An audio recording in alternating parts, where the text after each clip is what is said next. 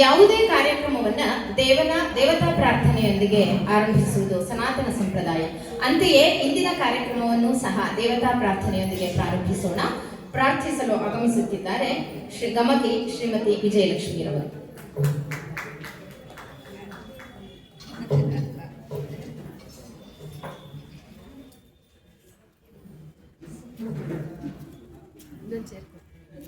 ಶ್ರೀ ವರುವಿನಂ ಬಗಜಕೋರಕಂ ಪೊರೆಯೇ ಭಕ್ತಾವಳಿಯ ಹೃತ್ಕೂದ ಕೋರಕಂ ಬಿರಿಯೇ ಜಗತೀ ವಲಯದ ಅಮಲ ಸೌಭಾಗ್ಯ ರತ್ನಾಕರಂ ಬೆರ್ಚಿನಿಂ ಮೇರೆವರಿಯೇ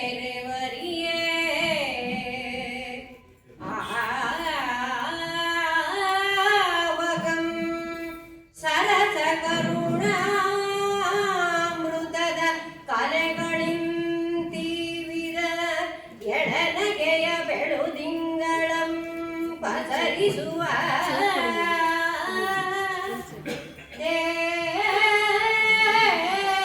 ದೇವಪುರ ಲಕ್ಷ್ಮೀ ರಮಣನಾಚ್ಯ ಚಂದ್ರನ್ ಆನಂದಮಂ ನಮಗೀಯಲೇ ದೇವಪುರ ಲಕ್ಷ್ಮೀ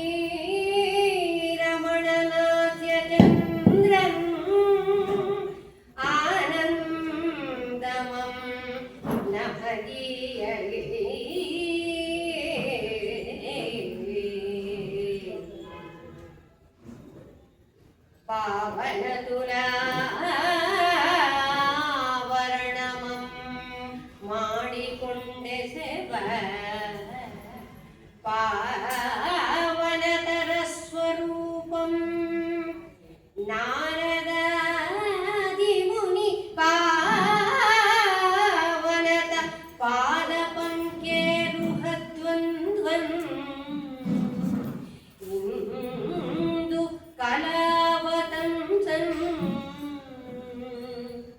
ಉಮೆಯ ಭಾವನೆಯನು ಒಡಗೂಡಿಸುವ ಸಕಲ ಸುರರ ಸಂಭಾವನೆಯ ಕೈಕೊಳ್ಳುವ ಲೋಕ ವಿಸ್ತರಣ ಪ್ರಭಾವ ನಯನತ್ರಯಂ ದೇವಗಂಗಾಧರಂ ಬಿಡದೆ ಸಲಹುಗೆ ನಮ್ಮನು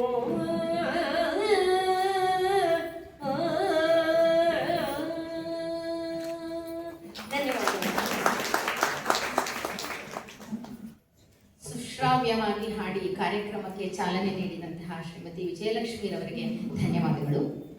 ಇಂದಿನ ಕಾರ್ಯಕ್ರಮದ ಮುಖ್ಯ ಅತಿಥಿಗಳಾಗಿ ಆಗಮಿಸಿರುವಂತಹ ಶ್ರೀಯುತ ಶೇಷಾದ್ರಿ KL ರವರು ಪರಿಚಯ ಹೀಗಿದೆ. ತುಮಕೂರು ಜಿಲ್ಲೆಯ ಪಾವಗಡ ತಾಲೂಕಿನ ಕೋಟಗುಡ್ಡ ಗ್ರಾಮದಲ್ಲಿ ಶ್ರೀ ಕೆ ಲಕ್ಷ್ಮೀನಾರಾಯಣ ಶಾಸ್ತ್ರಿ ಹಾಗೂ ಶ್ರೀಮತಿ ಶ್ಯಾಮಲಾರವರ ಸುಪುತ್ರರಾಗಿ ಜನಿಸಿದರು. ತಮ್ಮ ಪದವಿ ಪೂರ್ವ ಶಿಕ್ಷಣವನ್ನು ತುಮಕೂರಿನ ಸರ್ವೋದಯ ಕಾಲೇಜಿನಲ್ಲಿ ಮುಗಿಸಿ ಹಾಸನದಲ್ಲಿ BSc ಪದವಿಯನ್ನು ಪಡೆದಿದ್ದಾರೆ. 1997ರಲ್ಲಿ ಹಾವೇರಿ ಜಿಲ್ಲೆಯ ಹಾನಗಲ್ ತಾಲೂಕಿನ ಕರ್ನಾಟಕ ಬ್ಯಾಂಕ್ ಶಾಖೆಯಲ್ಲಿ ತಮ್ಮ ವೃತ್ತಿ ಜೀವನವನ್ನು ಆರಂಭಿಸಿದರು. ನಿರಂತರ ಕಲಿಕೆ ಮತ್ತು ವೃತ್ತಿಪರ ಉತ್ಕೃಷ್ಟತೆಯಂತ ಅಪಾರ ಆಸಕ್ತಿ ಹೊಂದಿರುವ ಇವರು ಭಾರತೀಯ ಬ್ಯಾಂಕಿಂಗ್ ಮತ್ತು ಹಣಕಾಸು ಸಂಸ್ಥೆ, diploma in retail banking, digital banking ಸೇರಿದಂತೆ ಹಲವಾರು ವೃತ್ತಿಪರ ಬ್ಯಾಂಕಿಂಗ್ ಪ್ರಮಾಣ ಪತ್ರಗಳನ್ನು ಪಡೆದಿರುತ್ತಾರೆ. ಸುಮಾರು 30 ವರ್ಷಗಳು ದೇಶದ ವಿವಿಧ ನಗರಗಳಲ್ಲಿ ಬ್ಯಾಂಕಿಂಗ್ ಸೇವೆ ಸಲ್ಲಿಸಿದ್ದ ಇವರು ಇವರ ಅತ್ಯುತ್ತಮ ಸೇವೆಗೆ ಮತ್ತು ಕಾರ್ಯಕ್ಷಮತೆಯನ್ನು ಗುರುತಿಸಿ 2023ರಲ್ಲಿ ಸಹಾಯಕ ಮಹಾಪ್ರಬಂಧಕರಾಗಿ ಬಡ್ತಿ ಪಡೆದಿದ್ದಾರೆ. ಬೆಂಗಳೂರು ಹಾಗೂ ದಕ್ಷಿಣ ಪ್ರದೇಶಗಳ ಪ್ರಾದೇಶಿಕ ಮುಖ್ಯಸ್ಥರಾಗಿ 2025ರಿಂದ ಕರ್ನಾಟಕ ಬ್ಯಾಂಕ್ನ ತುಮಕೂರಿನ ಪ್ರಾದೇಶಿಕ ಮುಖ್ಯಸ್ಥರಾಗಿ ಕಾರ್ಯನಿರ್ವಹಿಸುತ್ತಿದ್ದಾರೆ. ಶ್ರೀಯುತರ ಪತ್ನಿ ಶ್ರೀಮತಿ ಶ್ರೀ ಲಕ್ಷ್ಮಿಯವರು ಸಹ ಕೆನರಾ ಬ್ಯಾಂಕ್ನ ಅಧಿಕಾರಿಯಾಗಿ ಸೇವೆ ಸಲ್ಲಿಸುತ್ತಿದ್ದಾರೆ. ಶ್ರೀಯುತ ಶೇಷಾದ್ರಿಯವರಿಗೆ 4 ಸಂಘಟನೆಗಳ ಪರವಾಗಿ ಹೃತ್ಪೂರ್ವಕವಾದ ಸ್ವಾಗತವನ್ನು ಕೋರುತ್ತೇನೆ. ಗಮಕ ಭಾರತಿ ಚಾರಿಟಬಲ್ ಟ್ರಸ್ಟ್ನ ಕಾರ್ಯದರ್ಶಿಗಳಾದ ಶ್ರೀಯುತ ಅನಂತರಾಮಯ್ಯನವರು ಅತಿಥಿಗಳಿಗೆ ಗೌರವ ಸಮರ್ಪಣೆ ಮಾಡಬೇಕೆಂದು ಕೇಳಿಕೊಳ್ಳುತ್ತೇನೆ.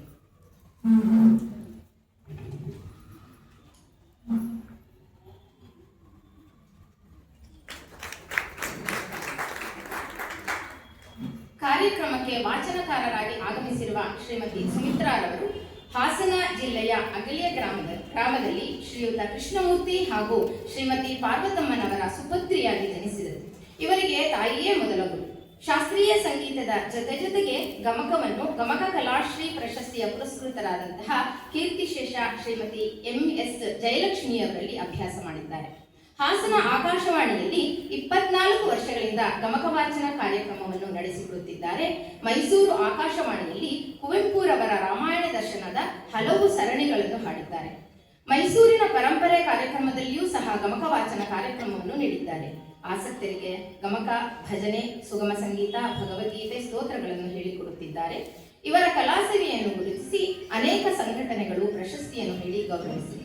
2014ರಲ್ಲಿ ADA ರಂಗಮಂದಿರದಲ್ಲಿ ಬೆಂಗಳೂರಿನ international institute of social and economic forms ರವರು ನ್ಯಾಷನಲ್ ವೊಕೇಶನಲ್ ಎಕ್ಸಲೆನ್ಸ್ ಅವಾರ್ಡ್ ಅನ್ನು ನೀಡಿದ್ದಾರೆ. ದಿನಾಂಕ 15/8/2024ರಂದು ಚನ್ನರಾಯಪಟ್ಟಣದ ತಾಲೂಕು ಆಡಳಿತ ಮಂಡಳಿಯವರಿಂದ ಸನ್ಮಾನಿತರಾಗಿದ್ದಾರೆ. ಹಾಸನ ಹೊಯ್ಸಳ ಕರ್ನಾಟಕ ಸಂಘ ಹಾಗೂ ಕರ್ನಾಟಕ ಗಮಕ ಕಲಾ ಪರಿಷತ್ತು ರಿಜಿಸ್ಟ್ರಾರ್ ಬೆಂಗಳೂರು, ಜಿಲ್ಲಾ ಘಟಕ ಹಾಸನ ಇವರಿಂದ ಗಮಕ ಹಬ್ಬ ಕವಿ ನಮನದಲ್ಲಿ ಸನ್ಮಾನಿತರಾಗಿದ್ದಾರೆ. ಇಂತಹ ಪ್ರತಿಭಾವಂತರು ನಮ್ಮೊಡನೆ ಇದ್ದು ಕಾರ್ಯಕ್ರಮ ನಡೆಸಿಕೊಳ್ಳಲು ಆಗಮಿಸಿದ್ದಾರೆ.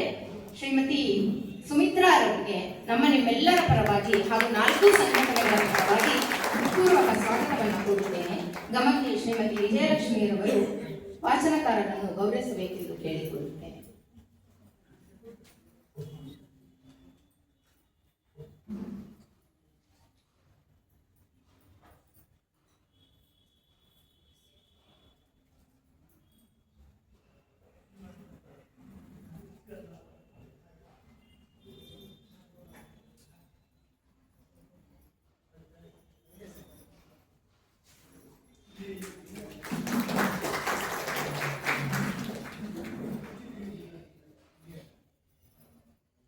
ಇಂದಿನ ವ್ಯಾಖ್ಯಾನಕಾರರಾಗಿ ಆಗಮಿಸಿರುವ ಗಸಿ ಎಂದೇ ಪ್ರಖ್ಯಾತರಾಗಿರುವ ಶ್ರೀಯುತ ಶ್ರೀನಿವಾಸಮೂರ್ತಿಯವರು ಕೀರ್ತಿಶೇಷ ತುಮಕೂರು ಸುನಂದಾರಾವ್ ಹಾಗೂ ಡಾಕ್ಟರ್ AV ಪ್ರಸನ್ನರವರಲ್ಲಿ ಗಮಕ ವಾಚನ ವ್ಯಾಖ್ಯಾನವನ್ನು ಅಭ್ಯಾಸ ಮಾಡಿದ್ದಾರೆ.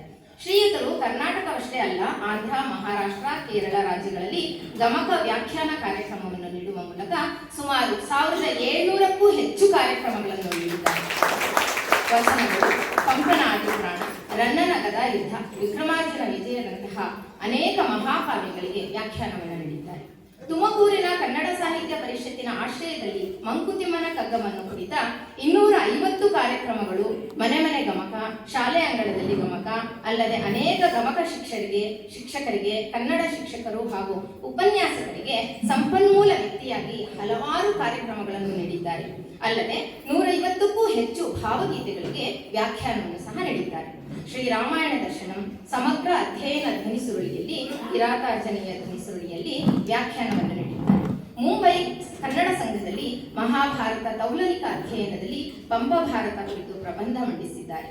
ಚಂದನ ವಾಹಿನಿಯಲ್ಲಿ ಗಮಕ ಸೌರಭ ಕಾರ್ಯಕ್ರಮದಲ್ಲಿ ಕುಮಾರವ್ಯಾಸ ಭಾರತ ಸರಣಿ ಕಾರ್ಯಕ್ರಮವನ್ನು ಸಹ ನೀಡಿದ್ದಾರೆ.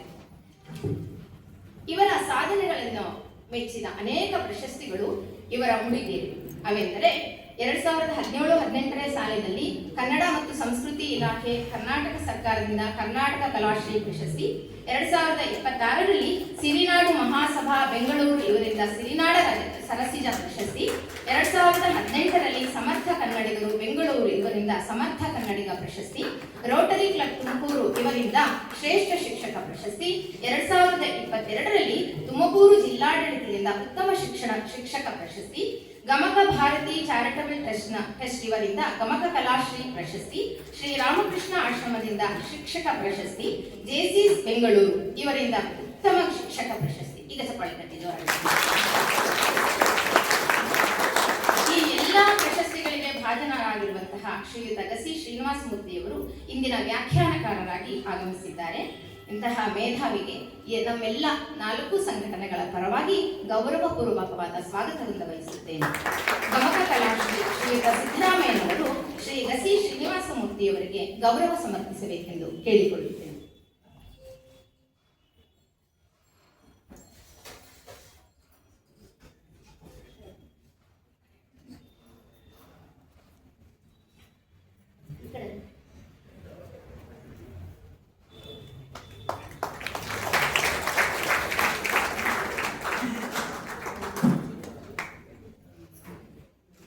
ಅದೊಂದು ದಿನ ಕೀರ್ತಿಶೇಷ ಶ್ರೀಮತಿ ತುಮಕೂರು ಸುನಂದರವರು ನೆಟ್ಟ ಗಮಕ ಎನ್ನುವ ಪುಟ್ಟ ಗಿಡ ಇಂದು ದೊಡ್ಡ ಮರವಾಗಿ ಬೆಳೆದು ಅದರ ರೆಂಬೆ ಕೊಂಬೆಗಳು ದೇಶಾದ್ಯಂತ ಪಸರಿಸಿವೆ.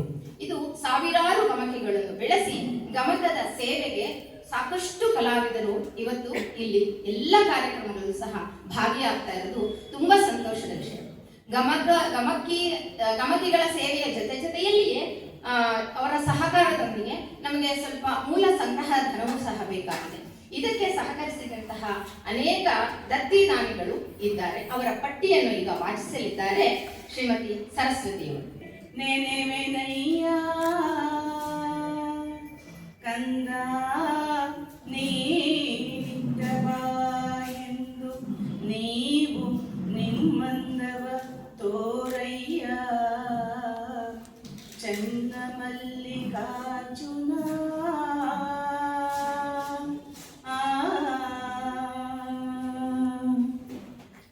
ದತ್ತಿದಾನಿಗಳನ್ನು ಸ್ಮರಿಸಿದಂತಹ ಶ್ರೀಮತಿ ಸರಸ್ವತಿಯವರಿಗೆ ಧನ್ಯವಾದಗಳು.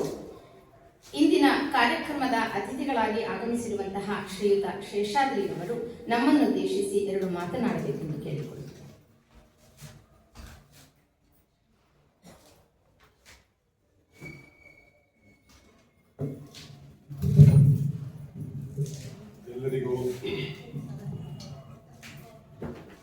ಎಲ್ಲರಿಗೂ ನಮಸ್ಕಾರ. ಈ ಶುಭ ಸಂಧ್ಯೆಯ ಗಮಕ ವ್ಯಾಖ್ಯಾನ ಮತ್ತು ವಾಚನ ಸಮಾರಂಭಕ್ಕೆ ಆಗಮಿಸತಕ್ಕಂಥ ಎಲ್ಲ ಪ್ರಿಯ ಬಂಧುಗಳು, ಮಿತ್ರರು, ಭಗಿನಿಯರು ಎಲ್ಲರಿಗೂ ಸ್ವಾಗತ, ಸುಸ್ವಾಗತ.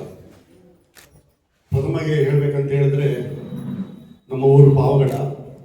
ನಾವು ತುಮಕೂರಿಗೆ 2008ರಲ್ಲಿ ನಾನು ಬಂದಾಗ ಕೊರಟಗೆರೆ ಶಾಖೆಯಲ್ಲಿ ವ್ಯವಸ್ಥಾಪನಾಗಿ ಚಾರ್ಜ್ ತಗೊಂಡಾಗ ಮೊದಲಿಗೆ ಪರಿಚಯ ಆಗಿದ್ದು ಶ್ರೀನಿವಾಸ ಮೂರ್ತಿ ಅವರು. ಬಹುಶಃ ತುಮಕೂರು ಸುನಂದನವರು ನನಗೆ ಚೆನ್ನಾಗಿ ಪರಿಚಯ. ಆ ಟೈಮಲ್ಲಿ ಮನೆಯಲ್ಲಿ ಗಮಕ ಅನ್ನೋ ಕಾರ್ಯಕ್ರಮವನ್ನು ಅವರು ಪ್ರಾರಂಭ ಮಾಡ್ತಾರೆ. ಬಹುಶಃ ಇದೇ ಪ್ಲಾಟ್ಫಾರ್ಮಲ್ಲಿ ಸುಮಾರು ಸರಿ ನಾನು ಆಗಮಿಸಿ ನಿಮ್ಮ ಇದೇ ಚೇರಲ್ಲಿ ಕೂತ್ಕೊಂಡು ವೀಕ್ಷಣೆ ಮಾಡಿದ್ದೇನೆ.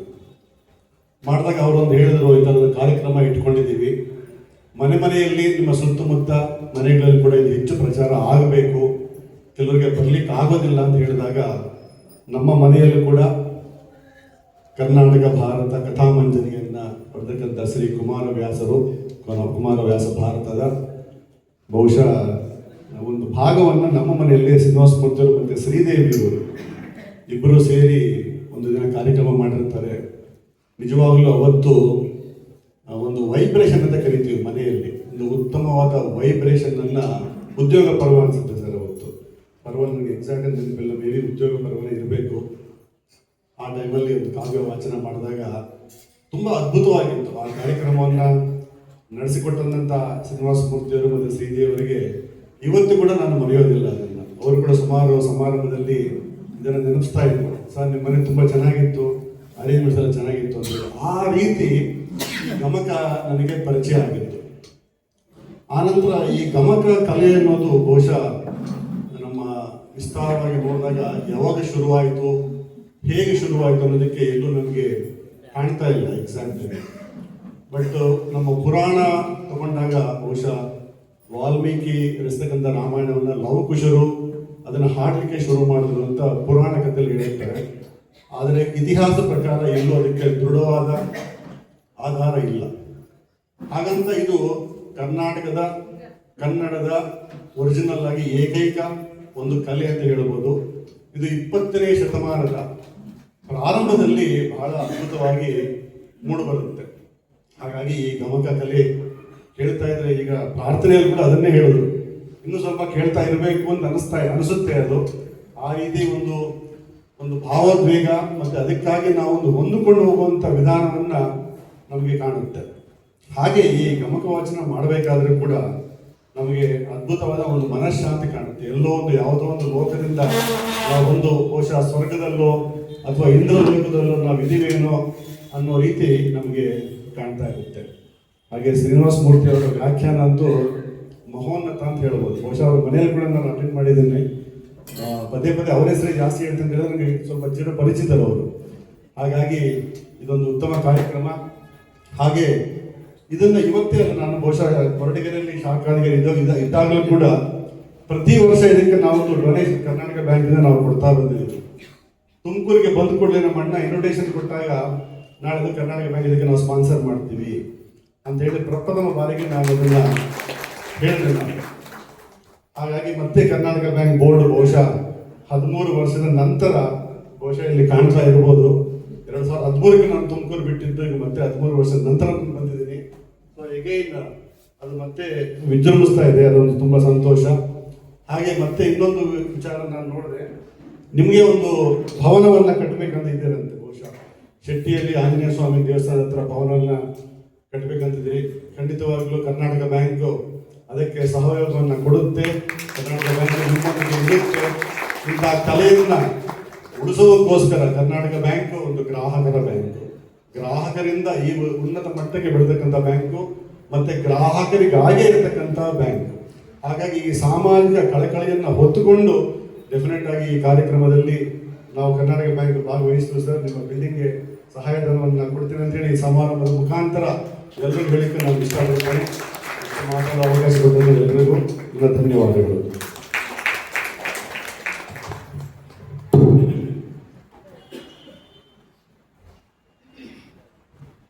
ಗಮಕದ ಹಿರಿಮೆಯ ಬಗ್ಗೆ ಮಾತನಾಡುತ್ತಾ ಗಮಕಗಳಿಗೆ ಪ್ರೋತ್ಸಾಹದ ನುಡಿಗಳನ್ನಾಡಿದಂತಹ ಹಾಗೆ ಗಮಕ ಭವನಕ್ಕೆ ಪ್ರೋತ್ಸಾಹ ಧನವನ್ನು ನೀಡಿ ಪ್ರೋತ್ಸಾಹಿಸಿ ನಾವು ನಿಮ್ಮೊಂದಿಗೆ ಇದ್ದೀವಿ ಅಂತ ಹೇಳಿ ಭರವಸೆಯನ್ನು ಕೊಟ್ಟಂತಹ ಇಂದಿನ ಅತಿಥಿಗಳಾದ ಶ್ರೀಯುತ ಶೇಷಾದ್ರಿ ಗೌರವಪೂರ್ವಕ ನಮನಗಳು.